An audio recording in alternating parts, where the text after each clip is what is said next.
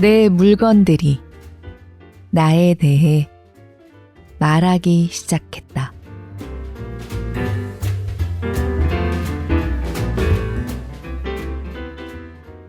안녕하세요. 골라듣는 뉴스룸에서 함께 책 읽는 시간, 북적북적입니다. 저는 권애리 기자입니다.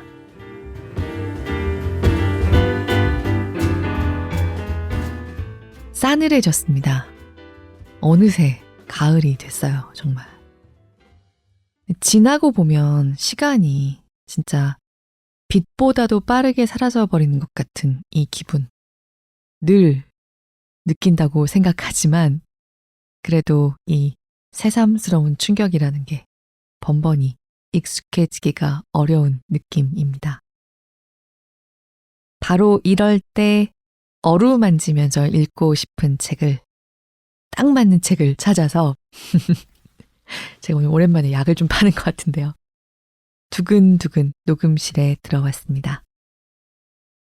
따로 소개가 필요 없는 작가입니다.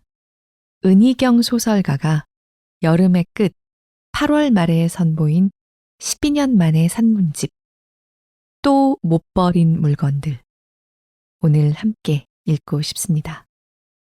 난다 출판사의 낭독 허가를 받았습니다. 감사드립니다. 물건을 잘 버리는 편이세요? 왠지 편견이긴 하지만요. 북적북적을 즐겨 들어주시는 분들 중에는 쓰던 물건을 쉽게 버리는 분은 별로 없지 않을까. 혼자 괜히 짐작을 해봅니다. 틀릴 수도 있습니다. 저는 예전에는 창피할 정도로 뭘 버리질 못했고요. 그런데 그렇게 살면 안 되겠다는 생각이 들어서 눈 딱 감고 엄청나게 버리기 시작한 지 좀 됐습니다. 꽤 됐습니다. 제 기준에서는 요새는 정말 휙휙 버려요. 남들 보기에는 여전히 다 끌어안고 사는 것처럼 보일 수도 있겠다고 생각은 하지만요. 그래도 상당히 버리고 있는 편입니다. 다만 버리는 순간마다 고마웠어, 수고했어, 인사를 해요. 마음속으로. 혼자 있어도 큰 소리로 말하진 않지만요. 마음속으로 인사를 하고 얼른 쓰레기통에 탕 집어넣고 그때마다 마음이 좀 쿵이라고 하기는 좀 그렇지만 최소한 콩 떨어지는 느낌을 받으면서 작별합니다. 그런데 도저히 바로 버려지지 않는 물건들도 있잖아요. 그래서 저희 집에는 제가 명예의 전당이라고 이름 붙인 오래된 트렁크가 하나 있습니다. 제가 이건 도저히 안 되겠어. 명예의 전당이야. 그러면 가족들도 이제 다 알아요. 버리려고 집어들고 한참을 망설였는데 도저히 버릴 수 없는 물건들을 저는 예전에 정말 많이 썼던 커다란 트렁크에 모아둡니다. 그 트렁크는 제가 결혼할 때 저희 집에 신랑이 갖고 들어오는 함으로 하자고 함께 가서 샀던 거예요. 그 트렁크를 함으로 썼고요. 신혼여행에도 들고 갔고 이후로도 여기저기 많이 들고 다니다가 지퍼도 한번 고쳐서 썼습니다. 그 트렁크 자체가 저로서는 참 버리기 힘든 물건인데 거기에 차마 버릴 수 없다고 판단한 것들을 일단 쑤셔 넣습니다. 그야말로 해질 때까지 입고 취재 현장을 많이 쏘다녔던 옷들도 몇 벌 들어갔고요. 아빠의 빈소로 허겁지겁 달려갈 때 입었던 누런 패딩도 들어갔습니다. 검은 옷을 입고 빈소로 가야 사흘상을 치르고 나서 장지에 갈 때 검은 옷을 입고 갈 수 있다는 거를 미처 생각하지 못하고 그냥 손에 잡히는 대로 둘렀다가 그대로 장지까지 입고 가버렸어요. 그 누런 패딩을. 그 후로 그 옷은 왠지 다시 입을 수가 없어서 명예의 전당으로 들어갔고요. 그리고 또 소중한 여름 휴가 때마다 1순위로 챙겨 넣었던, 제게는 몇 년 동안 여행의 상징 같았던 티셔츠들, 이런 것들도 있습니다. 아무튼 주로 옷을 얘기하게 됐는데 옷뿐만 아니라 이건 안 되겠어. 명예의 전당이야. 이런 물건들이 들어간 트렁크입니다. 사실 그 트렁크에 한꺼번에 우겨 넣어져 있다는 것 자체가 이미 그 물건들이 한 차례의 단계를 거치는 거죠. 언젠가는 버릴 수 있도록 그 물건들이 제게 가졌던 그토록 특별한 하나하나의 고유한 의미들이 그 안에서 뒤엉켜서 조금쯤 희석되는 느낌이 있습니다. 그런 시기를 일단 함께 해야지만 버릴 수 있는 물건들, 혹은 앞으로도 또 버리지 못할 물건들, 아마 우리 모두 갖고 있을 겁니다. 은희경 작가가 자신의 그런 물건들을 고백했습니다. 또 못 버린 물건들입니다. 책 디자인이 재밌습니다. 또라고 써놓고요. 그 옆에 옆줄을 길게 그었어요. 그냥 또가 아닌 거죠. 또 말꼬리가 늘어졌다가 돌아와서 못 버린 물건들. 그러니까 결국 못 버린 물건들이라고 말해버리면 너무 무겁고 단정적이 되어버리지만요. 또 말꼬리를 내렸다가 못 버린 물건들이라고 말하고 나면 여전히 언젠가는 버릴 수 있다. 언젠가는 내 곁을 떠나갈 수 있다라는 느낌이 희미하게 남아 있으면서 조금은 더 산뜻하고 안심되게 그래, 이번 한 번만 더 서랍에 집어넣자. 이런 정도의 기분이 됩니다. 그리고 이 산뜻하고 무겁지 않으면서도 엄연하면서 애틋한 기분이 참 제가 기억하는 은희경 작가의 글 같다고 새삼 생각했습니다. 은희경 작가가 쓴 들어가는 글 먼저 함께 읽겠습니다.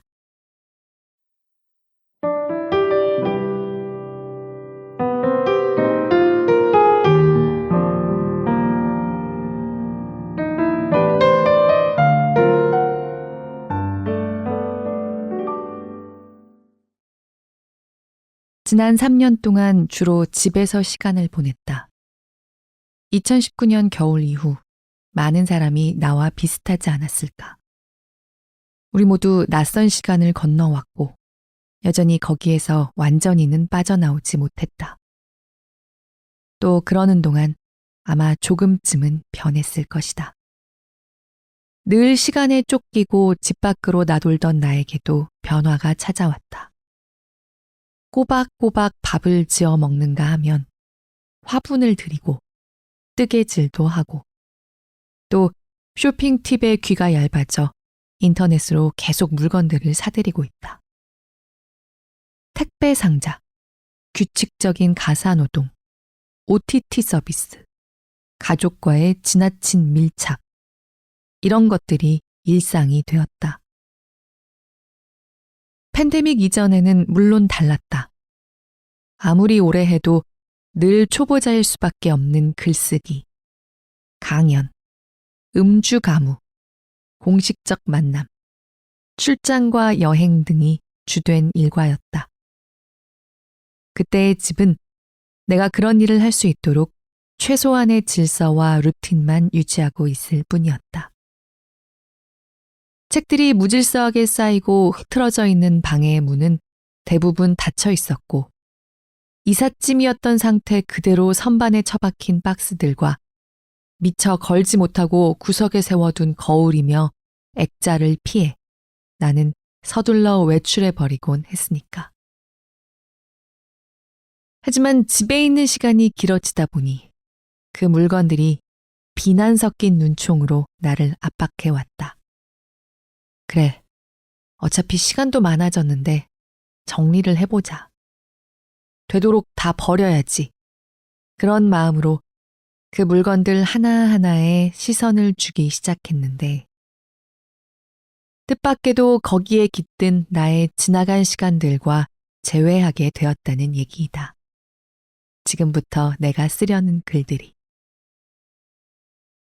그릇장 안쪽에 들어있던 접시들을 꺼내 닦으면서 나는 오래전의 외국 생활을 떠올렸다. 그때 나는 위축되었으나 매일을 새롭게 배우려고 애썼다. 그런 순간들이 지금의 나를 이런 사람으로 만들었겠지. 서랍 깊숙이에서 만화경을 발견하고 여행지에서 그것을 함께 골랐던 사람을 생각하기도 했다. 또 버릴 책들을 추리다가 생일 선물로 받았던 화집을 펼쳐놓은 채 오래 앉아 있었다. 인연이란 우리를 어디로 데려갔다가 마침내 어디로 흘러가 버리는 것일까? 빛바랜 틴 케이스에 들어있던 귀고리를 달아보려다 귓불이 막힌 걸 알았을 때는 멋진 액세서리를 찾아다니던 시절로부터 시간이 많이 흘러갔다는 사실을 깨달았다. 그렇다면 지금의 나는 무엇을 찾고 원하는지, 어떤 순간에 다정하고 또 즐거운지. 그뿐 아니다. 내 일상 속 물건들에서 새삼 나의 취향과 라이프 스타일을 발견하고 게다가 그 물건들이 내가 쓴 소설 곳곳에 등장한다는 걸 깨달았을 때의 뜨끔함이란. 내 물건이 등장하는 소설 속의 문구가 떠오를 때마다 혼자 피식 웃을 수밖에 없었다. 그러고 보니 이 글을 쓰게 된 데에는 여러 가지 사적인 감정이 작용한 셈이다. 무엇보다도 내가 가볍고 단순해지려는 사심이 있었다. 무겁고 복잡한 사람이라면 한 번쯤 생각해 봤을 것이다. 때로 그 가벼움과 단순함이 마치 어느 잠 안 오는 새벽 창문을 열었을 때의 서늘한 공기처럼 삶이 우리의 정면에만 놓여 있지 않다는 사실을 일깨워 준다는 것을. 신념을 구현하는 일도 중요하지만 일상이 지속된다는 것이야말로 새삼스럽고도 소중한 일임을. 이 글들에는 내가 찍은 조잡한 사진이 함께 곁들여진다. 사진이라니. 20여 년 전 생애 유일했던 나의 카메라 올림푸스 자동 카메라를 산 지 2달 만에 고장낸 이후 카메라라고는 만져본 적도 없는데. 하지만 4년 된 나의 아이폰 11에 의지해서 하룻강아지다운 뻔뻔함을 발휘해 볼까 한다. 오래된 물건들 앞에서 생각한다. 나는 조금씩 변해서 내가 되었구나. 누구나 매일 그럴 것이다. 물건들의 시간과 함께하며.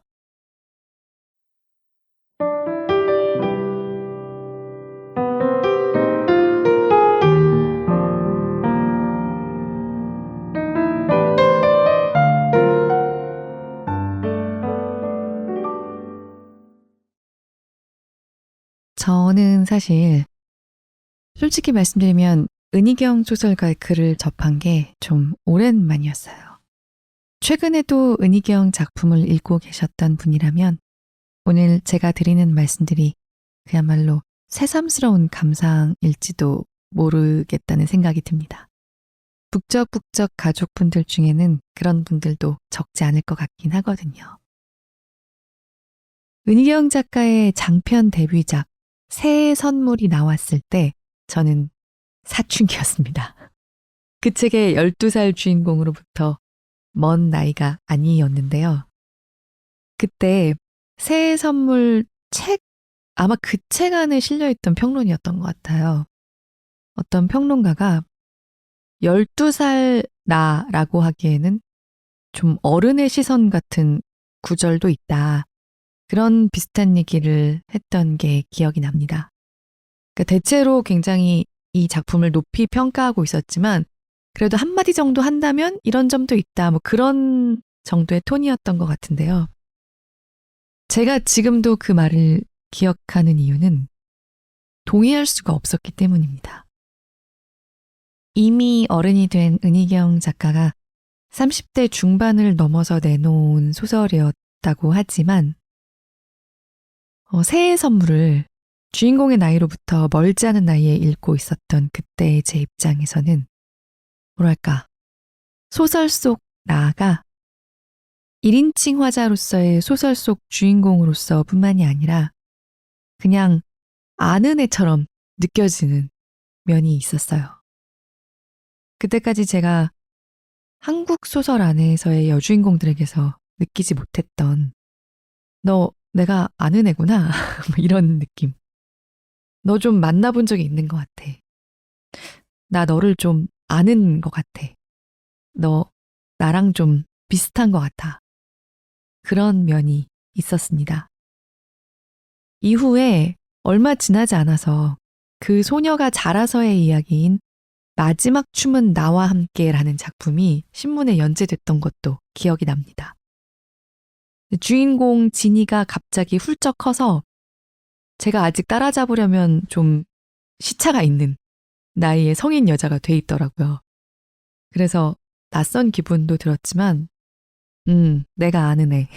그 진이가 성인 여성으로서 이렇게 살고 있다면 알겠어. 내가 따라잡아 볼게 일단.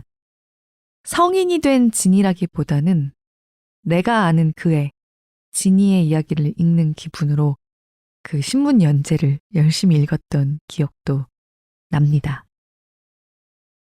제가 그 후로도 굵직한 작품들을 계속해서 남기면서 당연히 설명드릴 필요가 없는 인물이 된 은희경 작가의 진짜 예전 소설 얘기를 이렇게 끄집어내는 건요. 제 성장기에 은 작가의 소설이 함께한 기억을 고백하는 게 또 버리지 못한 물건들에 대해서 이야기하고 있는 이 책에 대해서 제가 바칠 수 있는 나름의 마음인 것 같아서 그렇습니다. 이 산문집은 제목 그대로 은희경 작가가 여전히 쓰고 있는 혹은 버리지 못한 살아오면서 접했고 또 모았고 간직하고 있는 자신의 물건들에 대해서 쓰고 있는 글들을 묶었습니다. 정확히는 물건들과 자신의 고양이에게 바치는 사랑의 송가 한 편, 이렇게 구성되어 있다고도 할 수 있겠는데요. 모든 에세이에서 그 에세이의 주인공인 물건들 뿐만 아니라 그동안 본인이 썼던 작품이나 구절 중의 일부분을 다시 인용하고 되짚어 보고 있는 형식적인 통일도 좀 보입니다. 저는 이 책을 열었다가 처음 몇 편을 읽었을 때 저도 모르게 참 잘 쓴다 혼잣말을 하고 말았어요. 건방지죠. 근데 그냥 저 혼자 읽다가 저도 모르게 뱉은 혼잣말이니까 뭐 어쩔 수 없다고 생각합니다. 북적북적에서 프로 작가가 아닌 사람의 글들을 읽는 것을 굉장히 좋아하기도 하지만 진짜 프로 작가, 은희경 작가의 산문집을 오랜만에 소개하면서 프로 소설가의 산문집만이 가질 수 있는 이 꽉 찬 기분이라는 거는 또 다르네. 역시 다르네. 그런 생각이 좀 들기도 했고요. 오랜만에 접하는 은희경 작가의 자신의 소중한 물건들에 대해서 쓰고 있는 그 문장들이 참으로 여전해서 반가웠습니다.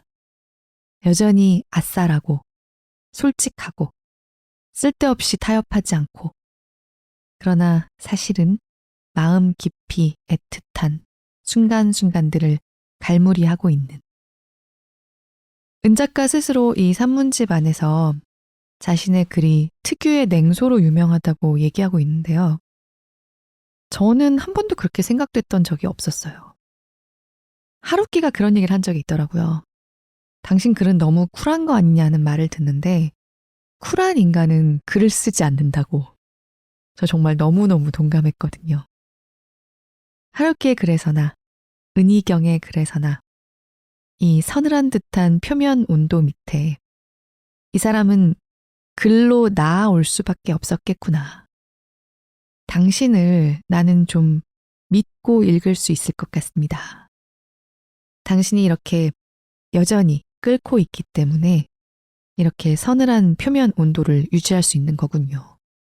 이렇게 생각하게 만드는 그 문심이 이렇게 엄연한 에세이들입니다. 제가 기억하는 은희경 소설가의 글들이 참 기억하는 그대로여서 그의 그 시간들을 함께해온 물건들에 대한 이 에세이들이 새삼 반가웠어요. 여기 실린 모든 에세이들이 그렇긴 한데요. 오늘의 낭독에서는 오늘의 제 생각에서는 특히 더 은희경 작가다운 그 아싸란 문심이 더욱 느껴지는 두 편을 골라봤습니다. 다른 날이 되면 다른 편들이 더 그렇게 느껴질 수도 있으니까 낭독 들으시고 이 어루만지며 읽고 싶은 책, 또 못 버린 물건들, 북적북적 가족분들도 직접 만나봐 주셨으면 좋겠어요. 가을이 깊어갑니다. 이 시간에 북적북적과 함께 해주셔서 고맙습니다. 북적북적도 또 떠날 수 없는 친구로 계속 함께 하고 싶습니다. 들어주시는 모든 분들 늘 깊이 감사드립니다.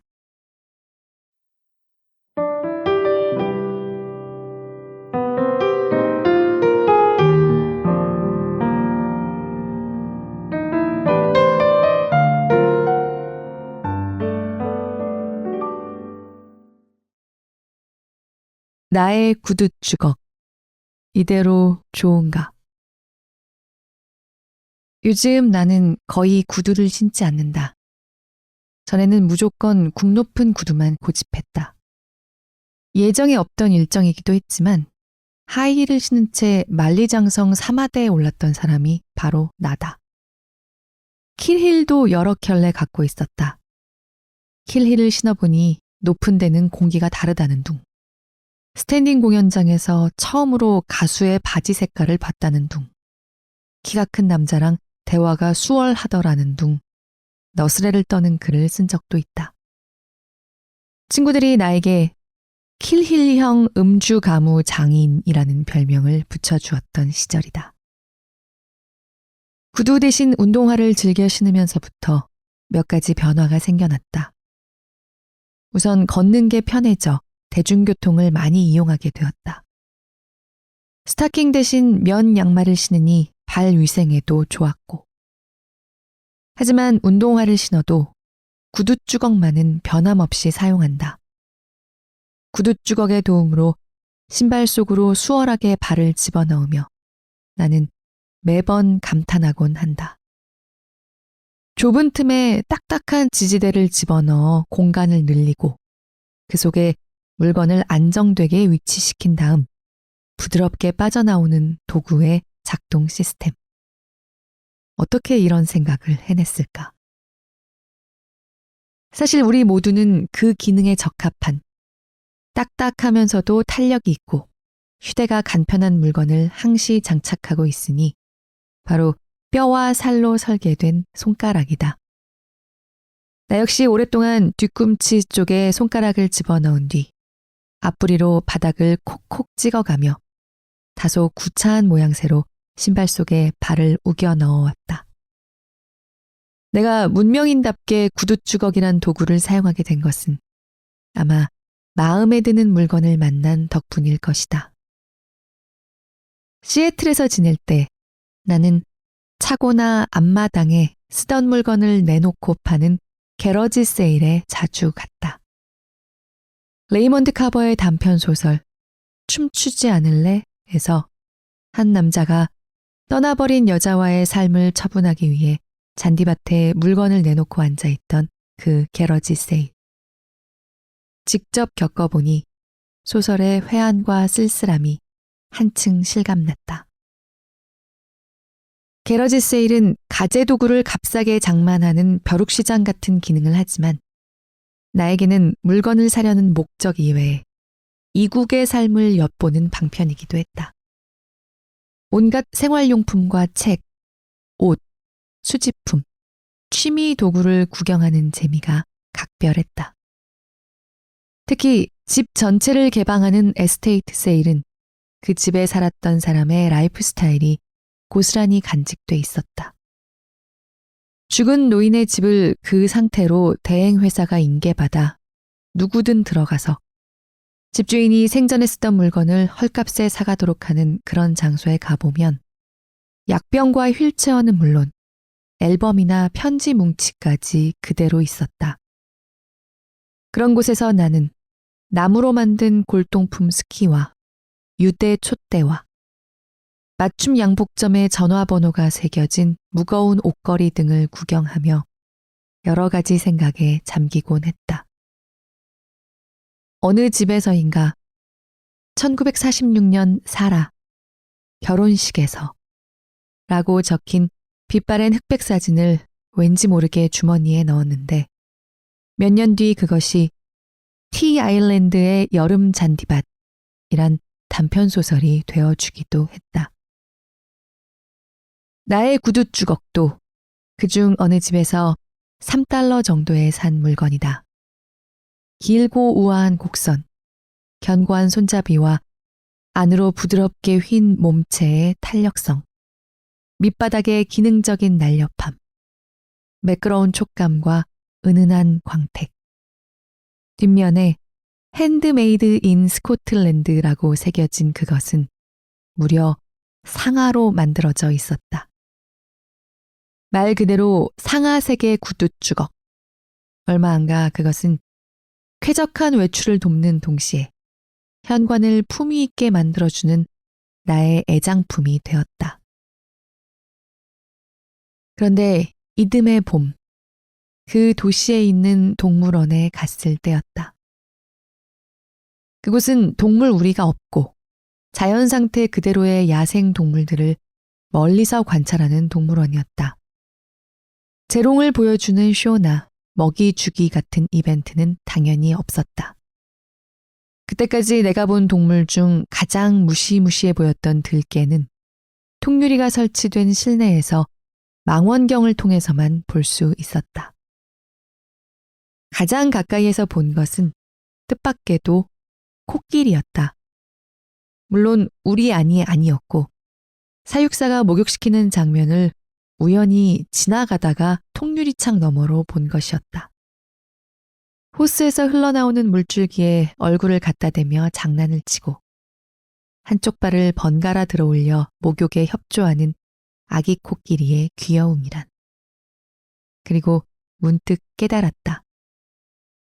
내 현관에 놓인 구두 주걱이 본래 누구 몸의 일부였는지. 코끼리의 지능이 높다는 건 잘 알려진 사실이다. 바나나 농장에 접근하지 못하도록 울타리에 종을 매달았더니 코끼리가 지늘그로 속을 메워놓아 소리가 안 들리게 해놓았다거나 농장을 지키는 개에게 짐승뼈를 뇌물로 바치고 무사 통과하더라는 얘기까지 있다. 물론 지능이란 인간이 만든 기준이고 야생동물을 남획하지 말라는 주장과 코끼리의 지능이 높다는 건 아무 상관이 없다. 동물들아, 지능이 높으면 인간이 안 죽인대. 어서 가서 IQ 검사지를 받아오자. 물속 동물은 코팅 필수? 하지만 기억력이 뛰어나서 코끼리는 잊지 않고 복수한다는 케냐 코끼리 연구소의 보고서 제목은 다소 함축적이다. 특히 요즘처럼 인간이 환경 파괴의 대가로 자연에게 보복을 당하는 일이 점점 잦아지다 보면 나는 신발을 신을 때마다 죄의식 속에 이렇게 중얼거릴 수밖에 없다. 나의 상하 구두 주걱. 이대로 좋은가? 이대로 좋은 일은 결코 아니지만 오늘도 나의 구두 주걱은 현관에서 내 외출을 돕고 배웅한다. 그나마 좋은 일이라면 그 구두 주걱에서 코끼리를 보듯이 깃털 베개에서 오리를 보고 가죽 가방에서 들소를 본다는 사실이다. 그리고 그처럼 죽음과 죽임이 개입된 잘못된 만남이 줄어들기를 바라는 마음 탓에 물건을 살 때 조금 까다로운 사람이 되었다. 채 1년을 못 넘겼지만 나는 소극적인 채식을 시도한 적이 있었다. 폴 맥카트니가 내레이터로 참여한 도살장의 벽이 유리로 되어 있다면 모든 사람이 채식주의자가 될 것이다 라는 영상을 본 뒤였다. 다큐멘터리 영화 조지 해리슨에는 한 친구가 폴 맥카트니에게 환경주의자가 가죽 점퍼를 입었어? 라고 놀리는 장면이 나온다. 그제야 깨달았다는 듯 자신의 점퍼를 새삼스럽게 내려다보는 폴 맥카트니의 표정. 그때에도 나는 내 현관에 걸려있는 구두 주걱을 떠올릴 수밖에 없었다. 그리고 오랫동안 혹은 남들이 살아온 방식을 무심히 답습하는 태도가 때로 편협하고 아니한 일이 되기도 한다는 것을. 플러스. 세상에서 가장 신고 벗기 어려운 건 내가 알기로 부츠나 장화가 아니라 버선이다.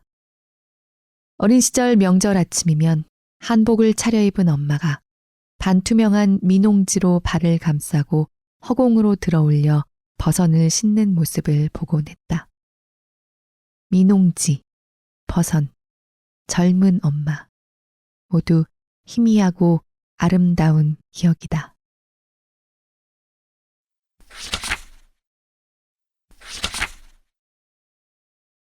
떠난 사람을 기억하는 일.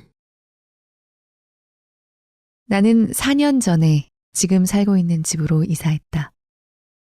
20여 년 만에 이사여서 옛집과 작별하는 데에 시간이 많이 걸렸다. 집안 구석구석 처박혀 있던 오래된 물건들이 그 집에서 살아낸 세월을 하나하나 떠오르게 했고, 버릴 물건과 아닌 물건을 가리다 보면 어느샌가 그 자리에 주저앉아 추억에 잠겨 있곤 했다. 정리가 마무리될 때쯤엔 을에 술상을 차려야 했다. 이런 전개 매우 익숙함. 하지만 정든 집과 작별하는 일에 호들갑을 떨었던 마음이 무색할 만큼 새 집에도 금방 적응했다.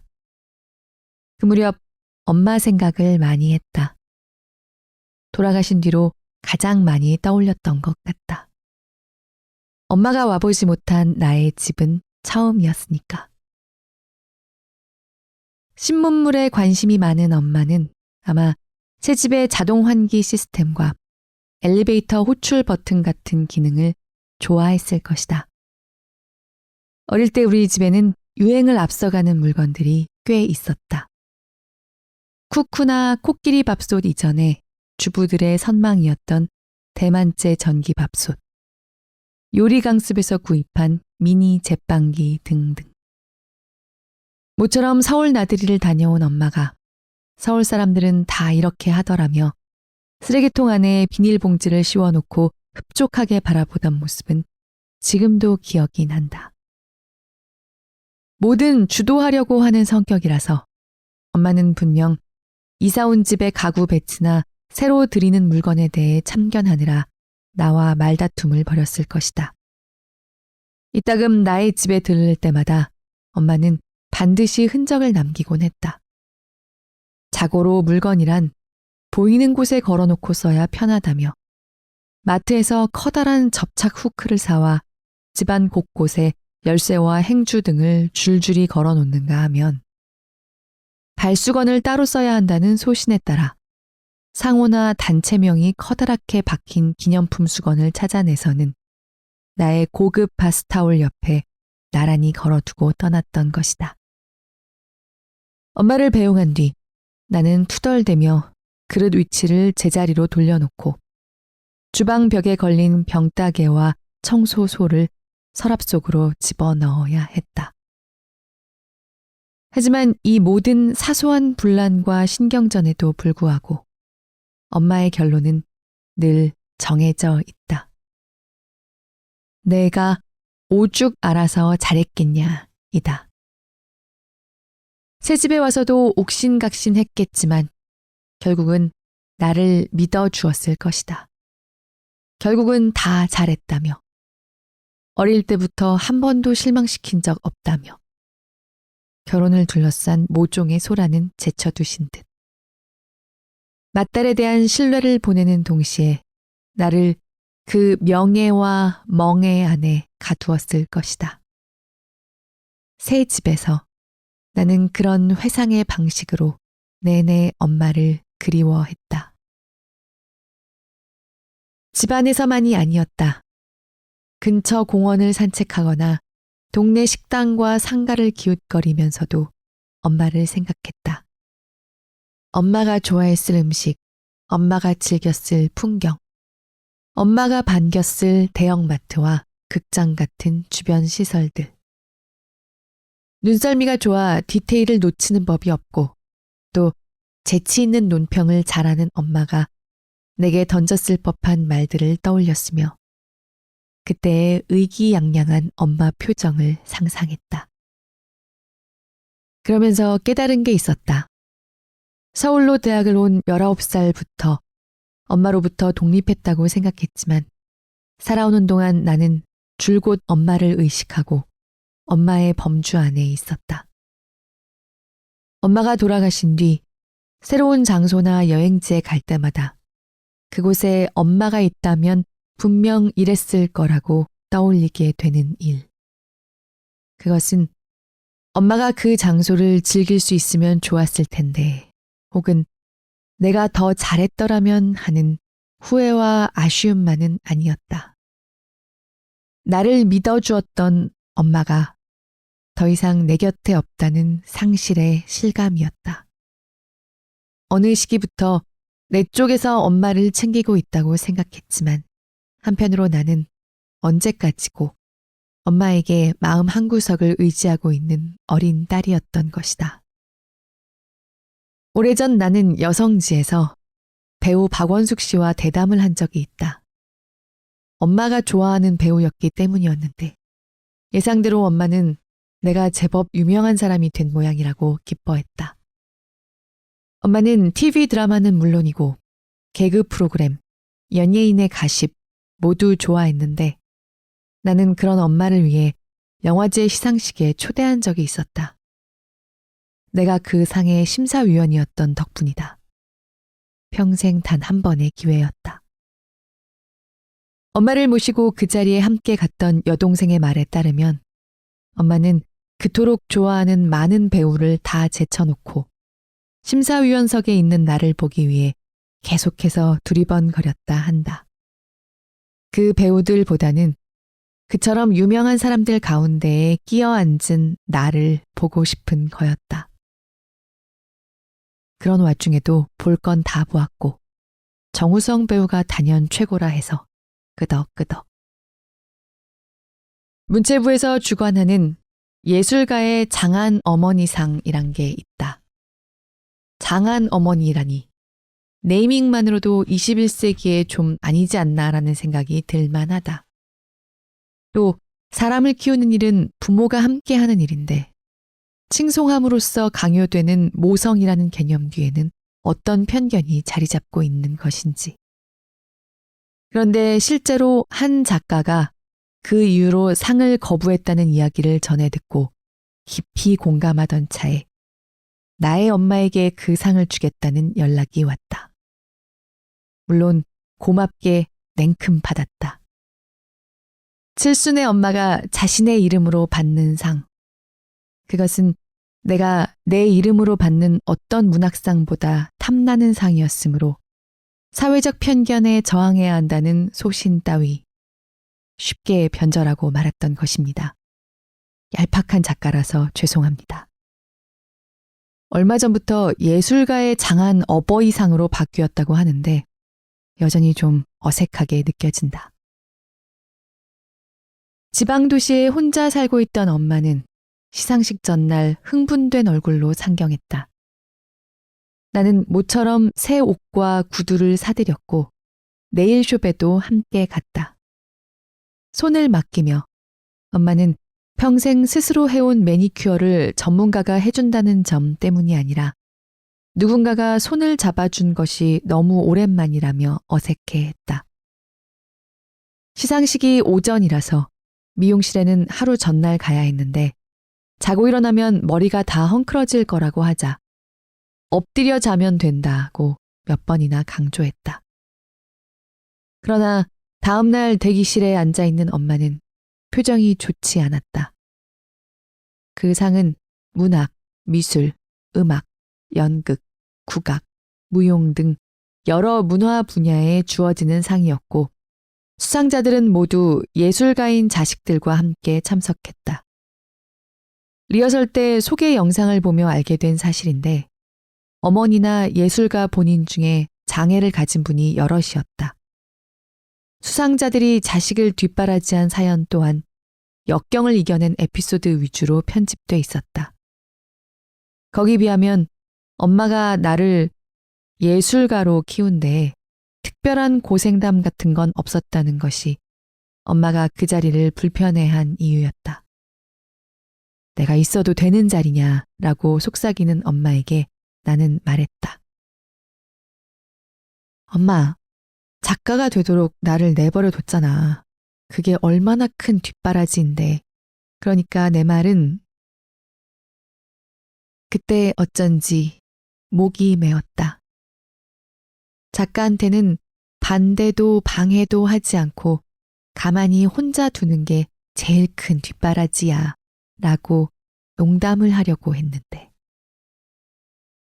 나는 딸이라고 차별을 받은 기억이 없다.